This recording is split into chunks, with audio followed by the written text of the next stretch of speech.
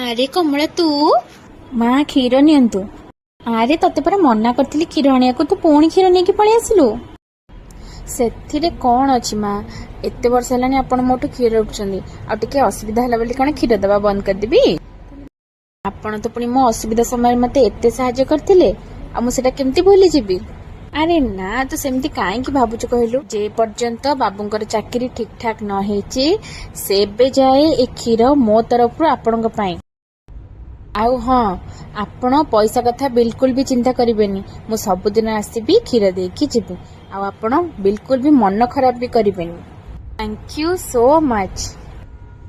ହଉ କ୍ଷୀର ରଖନ୍ତୁ। ହଁ ହଁ ଦେ। ହଉ ମୁଁ ଆସୁଛି ମା, ନମସ୍କାର। ହଁ ହଁ ନମସ୍କାର। ଆପଣଙ୍କ ସାହାଯ୍ୟର ଫଳକୁ ଭଗବାନ କୋଉ ନା କୋଉ ବାଟରେ ଆପଣଙ୍କ ପାଖେ ନିଶ୍ଚୟ ପହଞ୍ଚେଇ ଦିଅନ୍ତି।